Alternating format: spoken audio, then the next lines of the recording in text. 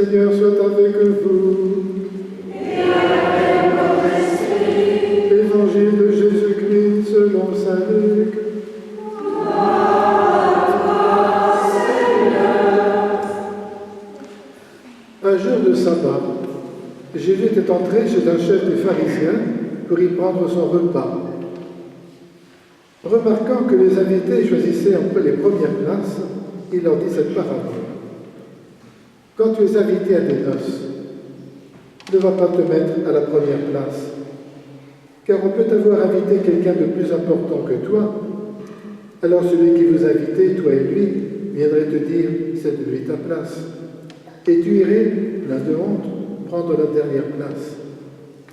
Au contraire, quand tu es invité, va te mettre à la dernière place. Alors, quand viendra celui qui t'a invité, te dira, mon ami, avance plus haut, et ce sera pour toi un honneur, aux yeux de tous ceux qui sont à table avec toi. Qui s'élève sera baissé, qui s'abaisse sera élevé. Jésus disait aussi à celui qui l'avait invité, quand tu donnes un déjeuner ou un dîner, n'invite pas tes amis, ni tes frères, ni tes parents, ni de riches voisins, sinon eux aussi t'inviteraient en retour, et la politesse te serait rendue. Au contraire, quand tu donnes un festin, invite des pauvres, des estropiés, des boiteux, des aveugles, et tu seras heureux, parce qu'ils n'ont rien à te rendre. Cela te sera rendu à la résurrection des justes. Nous reprenons l'Alléluia.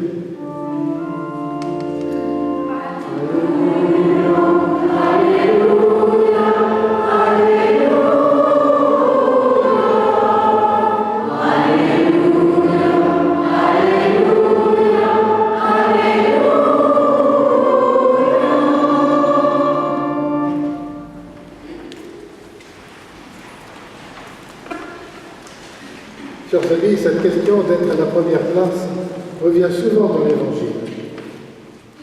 Vous connaissez, même les apôtres n'ont pas échappé à cette ambition. Qui sera le plus grand dans le royaume des cieux? Et Jésus de répondre, plaçant au milieu d'eux un petit enfant. Pourquoi un petit enfant? Parce qu'un enfant sait bien qu'il a besoin de parents et des autres pour grandir. Et nous aussi, si nous voulons grandir en humanité, grandir en fils de Dieu, nous avons besoin de Dieu aussi. Une autre fois, les apôtres s'attirent la réponse, celui qui va être le premier, qu'il soit serviteur. Une autre fois encore, c'était la veille de sa passion, quand Jésus fait l'Eucharistie avec ses disciples, prend du pain, le leur donne, c'est mon corps livré pour vous. Aussitôt après, vous vous rappelez, les disciples se posent la question, qui sera le premier avec toi? Alors Jésus prend un tablier et se met à laver les pieds de ses disciples. Jésus serviteur, Dieu en tablier, Dieu à genoux aux pieds des hommes, lavant les pieds sales de l'humanité. Voilà ce que nous pouvons contempler de Jésus qui exprime l'amour de Dieu, du Père, pour chacun d'entre nous, sur la croix, donnant sa vie. Voilà la grandeur de Jésus, le Fils de Dieu. Et c'était la prière des tout premiers chrétiens que saint Paul a repris dans son épître. Lui, de condition divine, ne retint pas le rang qui égalait à Dieu. Il s'est fait l'un de nous. De riche qu'il était, il s'est fait pauvre. Et ne regardez pas ça, chers amis, comme de la condescendance pour nous. Non, c'est par une passion amoureuse pour nous faire entrer dans la logique de Dieu, la logique du royaume de Dieu, qui n'est pas la logique mondaine, une logique de calcul, de puissance et hélas, de dureté. Je crois que cet évangile, cette page de l'évangile, ne faisons pas non plus comme une leçon de morale. Ce serait vraiment insuffisant de lire l'évangile ainsi. Vous vous rappelez, au début de cette série de paraboles que nous égrenons dimanche après dimanche, saint Luc avait fait remarquer, Jésus prend avec courage la route de Jérusalem. Il ne fait monter qu'une seule fois à Jérusalem, c'est pour le don de sa vie, où il fait triompher l'amour d'un homme, son amour, vainqueur du mal et de la mort. Je crois que les maîtres mots que nous pouvons retenir des textes d'aujourd'hui, c'est humilité et gratuité. Regardez, il y a des personnes parmi vous qui ont été à Lourdes la semaine dernière. La Lourdes, la petite Bernadette, choisie au début de l'ère industrielle. Celle qui avait tant de mal à apprendre à l'école. Regardez le service des malades à Lourdes. Cette fraternité qui se vit à Lourdes. Et puis enfin, la Vierge Marie. Tout écoute, tout accueille. Tout nous indique la voie, vous voyez, de cette humilité qui n'est pas un rabaissement, tellement plus beau. Eh bien, en notre temps de rentrée, je voudrais d'abord m'adresser à vous, les jeunes qui êtes ici.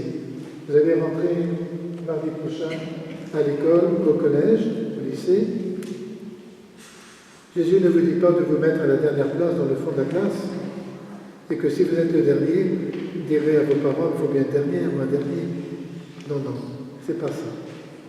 Jésus attend de vous que vous grandissiez, que vous donniez tout le mal que vous pouvez. Mais ce qu'il vous dit, faites attention aux autres. Peut-être il y en a qui ne sauront pas et qui n'auront pas compris. Vous pourrez peut-être les aider. Peut-être qu'à la cantine, ce sont les plus grands quelquefois qui servent les plus jeunes. Mais des fois, vous êtes un petit peu dur entre vous. On sait que le petit n'aime pas trop ça, mais on lui en met plein l'assiette.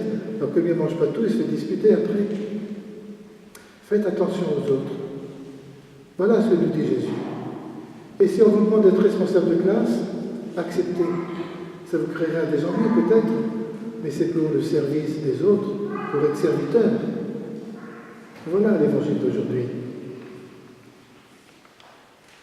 Et puis, chers amis, c'est vrai pour nous tous ici, quand Jésus nous invite à le rencontrer, nous ne nous mettons pas tout à fait au fond de l'église. Regardez, il y a 8 bancs où il y a 5 personnes. Et vous êtes dans le fond. C'est pas ça l'évangile. C'est pas ça du tout. Au contraire, venez pour faire que l'assemblée soit une belle assemblée, vivante.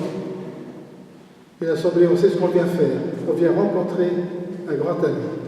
Quelqu'un, on est heureux d'être proche de lui, puisqu'il s'est fait proche de nous.